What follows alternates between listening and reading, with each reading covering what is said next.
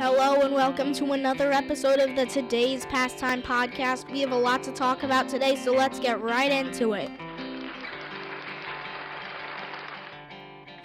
Welcome back to the Today's Pastime podcast. Today, we will talk about the recent Hall of Fame inductees, Corbin Burnes being traded to the Orioles, and all of the other things happening around baseball. So, let's hop right in.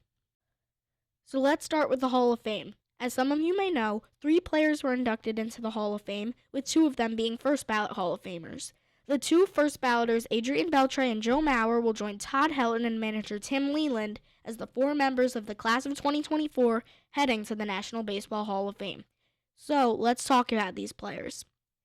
First, Adrian Beltre had a great career, finishing in 18th place on the all-time hits leaderboard, finishing with 3,166 overall, with 477 career home runs and a career 116 OPS+. A unique thing about Beltre was that he was incredible for 4 different teams in his career.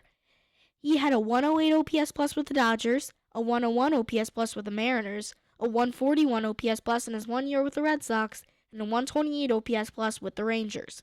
For context, if you have a 100 OPS+, you are an average major league hitter. That means he was an above-average hitter for 4 different teams in his career. But that's not all. He was no slouch defensively either.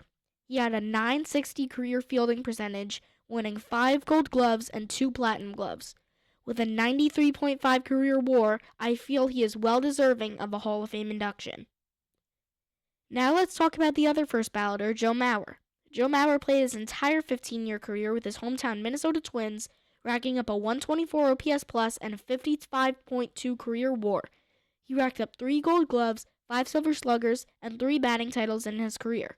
He hit .306 for his career with a .996 career fielding percentage and an MVP win in 2009. He also had a .388 OPB for his career with a career-best .444 in 2009. Around 2014, when he made the full-time move to first base, he did fall off a bit, but his credentials as one of the best catchers in the league trumped those last 4 years, and I feel him heading to Cooperstown is very well deserved. Now, let's talk about the third and final player heading to Cooperstown. Todd Helton, during his 6th year on the ballot, was the third and final player inducted into the Hall of Fame. During his 17-year career, the whole thing spent with the Rockies, Helton hit .316 with 369 career home runs and a 133 career OPS+, racking up a total of 61.8 career WAR. He won 4 Silver Sluggers, 3 Gold Gloves, and a batting title with a career .996 fielding percentage. He had a .414 lifetime OBP, clearly showing that he was a great offensive threat. I think him heading to Cooperstown is long overdue and very well deserved. I would like to quickly touch on Jim Leland, the 4th member of this Hall of Fame class and the only non-player to be inducted. He managed for 22 seasons, with the first 11 coming with the Pirates, 2 with the Florida Marlins, 1 with the Rockies, and his final 8 with the Tigers. He led the Marlins to their first World Series championship in 1997, and led the Tigers to the AL pennant twice, once in 2006 and once in 2012. All in all, he ended with an all-time record of 1,769 wins and 1,728 losses for a .506 lifetime winning percentage. I think the contemporary baseball era committee made the right choice by putting him into the Hall, and I would like to congratulate all 4 of these men for their great accomplishments and on making it to Cooperstown. Now let's switch gears and talk about some of the bigger moves that have been happening around baseball.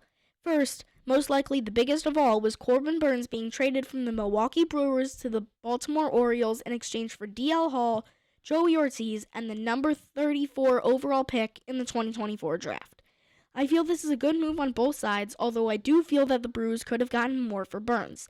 However, on the Orioles' end, I think this is a fantastic move. Burnes, the 2021 National League Cy Young Award winner, had a 3.39 ERA in 32 starts last year, and he is most likely to be the ace that the Orioles needed.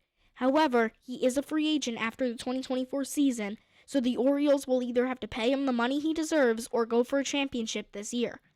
As for the return the Brewers got from the Orioles, DL Hall is a guy who's been a highly touted pitching prospect for years, but in his debut year in 2022, he was not great. However, in 2023, the Orioles used him mostly as a reliever, and he improved a lot.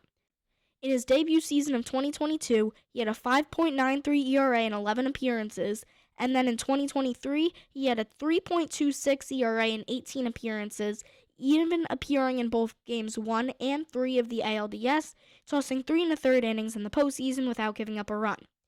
Joey Ortiz, who will slot into the Brewers system as their 5th overall prospect according to MLB Pipeline and 99th overall, didn't have great success in the 33 at-bats he had at the major league level last year, but he has crushed AAA, hitting .327 and smashing 13 home runs in only 453 AAA at-bats. I think if they can get him hitting at the major league level, he could be playing the middle infield for the Brewers for the years to come. And then the final piece of the trade is the 34th overall pick, which the Brewers might be able to go to good peace with, but honestly, it's all about the players.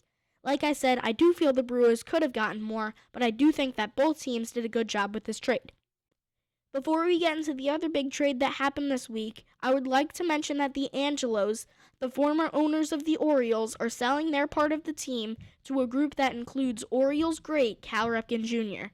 The Angelos have been notorious for not spending a lot of money on players, and Orioles fans hope that this new ownership means that they won't be at the bottom of the league in payroll every year in the upcoming seasons. Meanwhile, there was another big trade that went down this week. Jorge Polanco was traded from the Twins to the Mariners in exchange for Anthony DeSclafani, who the Mariners just acquired for Robbie Ray, Justin Topa, Gabriel Gonzalez, the 79th ranked prospect overall according to MLB Pipeline, and unranked prospect Darren Bowen. Polanco, who has played all 10 years of his career so far with the Twins, hit .255 last year with 14 home runs and 48 RBIs in only 80 games. Polanco will most likely slide into the role of starting second baseman for the M's and should be a valuable bat if he can stay healthy. As for the return the Twins got, it was nothing all that special, but DeSclafani will most likely slot into the bullpen as a long reliever, and Justin Topa will also most likely join the bullpen that is headlined by Johan Duran.